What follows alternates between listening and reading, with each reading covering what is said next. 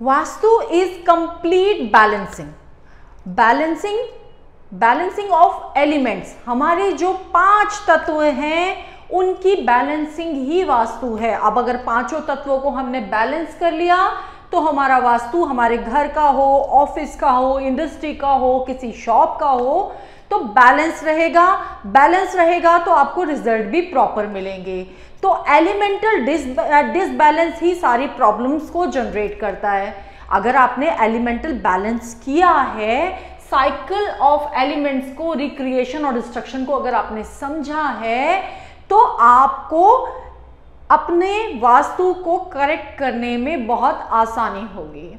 नमस्कार दोस्तों, मैं Isha Goyal, astro vastu expert, build destiny Vidisha में आपका स्वागत करती हूँ। हमारे चैनल को सब्सक्राइब करना ना भूलें। हमारी साइट विजिट, कंसल्टेंसी और क्लासेस के लिए आप स्क्रीन पर फ्लैश हुए नंबर या नीचे स्लाइड में दिए जा रहे नंबरों पे कांटेक्ट कर सकते हैं। और वीडियो पसंद आए तो लाइक जरूर कीजिए। तो आज का हमारा जो सब्जेक्ट है वो है एलिमेंटल बैलेंस। तो एलिमेंटल बैलेंस को समझने से पहले हमें साइकिल ऑफ रिक्रिएशन या साइकिल ऑफ एलिमेंट्स को समझना बहुत जरूरी है। तो 5 तत्व, जिन 5 तत्वों से ह्यूमन बॉडी बनी है, ये पूरा ब्रह्मांड बना है, जो 5 तत्व बैलेंस होना ही आपके घर का वास्तु निर्धारित करते हैं। वो 5 तत्व बनते कैसे हैं? 5 तत्व एक दूसरे पे निर्भर हैं मगर एक दूसरे के पूरक हैं। कई चीजों में कई एलिमेंट्स एक दूसरे के फ्रेंड्स हैं और कई एलिमेंट्स एक दूसरे के एनिमीज हैं, बनते एक दूसरे से ही हैं। तो साइकिल ऑफ रिक्रिएशन क्या है? Fire element.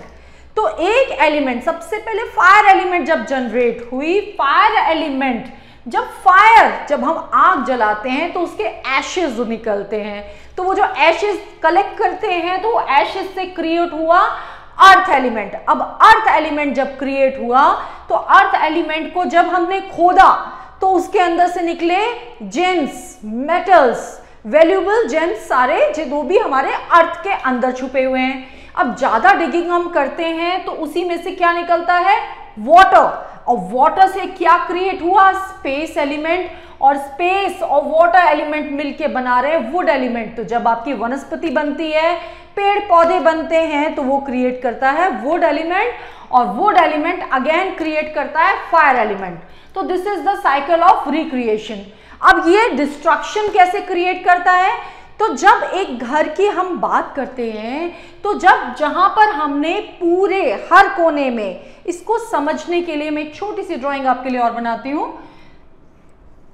This is a house, या आप कह सकते हो ये एक प्लॉट है। तो इसकी हर डायरेक्शन का एक एलिमेंट होगा। अब एक एलिमेंट होगा, उस एलिमेंट को जब हम प्रॉपरली यूज नहीं कर रहे हैं, प्रॉपरली बैलेंस नहीं कर रहे हैं, तो वो एलिमेंटल डिसबैलेंस में बदल जाता है। तो नॉर्थ की डायरेक्शन का एलिमेंट है वाटर, पानी। नॉर्थ ईस्ट की डायरेक्शन का एलिमेंट भी है वाटर। इसके बाद आ जाता है वुड। वुड से क्रिएट हो गया आपका फायर एलिमेंट। साउथ ईस्ट में फायर है, साउथ में फायर है, फायर से क्रिएट हुआ अर्थ एलिमेंट।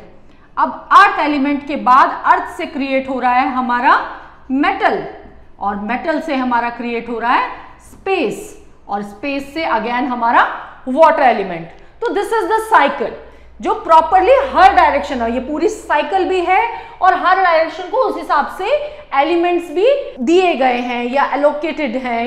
हर डायरेक्शन को एक एक एलिमेंट दिया गया है। तो ये साइकिल हमें फॉलो करनी है कि कौन सी डायरेक्शन है। नॉर्थ की डायरेक्शन और नॉर्थ ईस्ट की डायरेक्शन, दोनों डायरेक्शन का एलिमेंट है वाटर।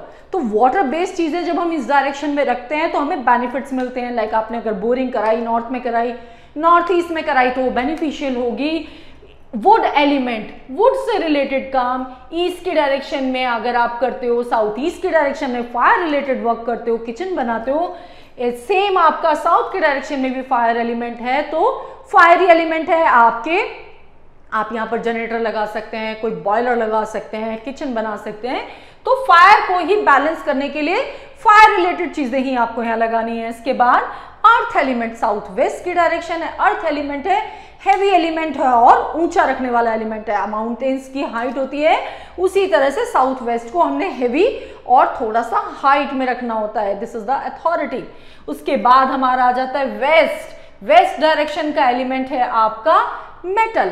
तो मेटल हमारा जब यहाँ एलिमेंट है तो मेटल रिलेटेड चीजें जब हम यहाँ रखते हैं वेस्ट के डायरेक्शन में तो वो इस डायरेक्शन को बैलेंस करती है। और उसके बाद स्पेस नॉर्थ वेस्ट के डायरेक्शन में, तो हमारा स्पेस या आकाश एलिमेंट हमारा नॉर्थ वेस्ट के डायरेक्शन में रहेगा और उससे क्रिएट होगा वाटर।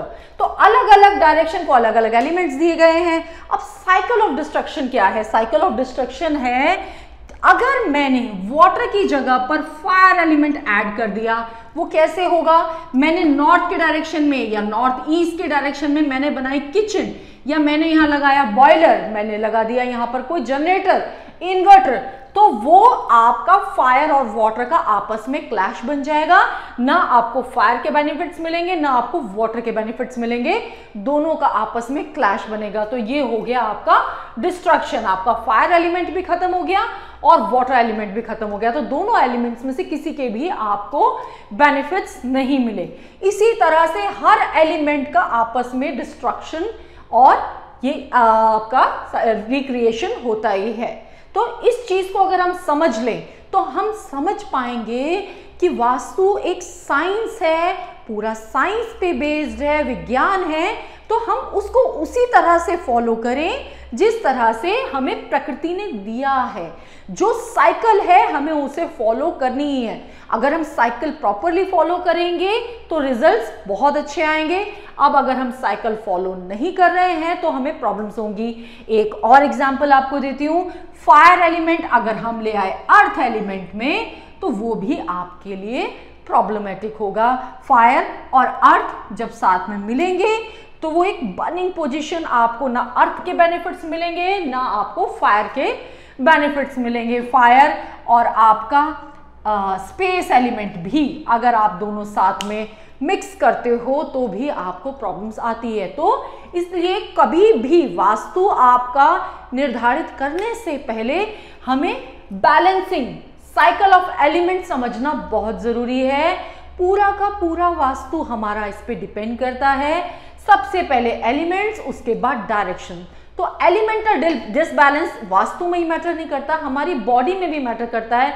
अब बॉडी भी अगर 5 तत्वों से मिलके बनी है तो कोई भी अगर एलिमेंट मेरा कभी ज्यादा होता है, मान लीजिए मुझे आज बर्निंग सेंसेशन हो रही है, मुझे पेट में जलन हो रही है, तो मेरा एसिडिटी, मेरा फायर बढ़ा हुआ है, तो बैलेंस होना बहुत जरूरी है, ना ज्यादा हो ना कम हो, दैट इज बैलेंसिंग।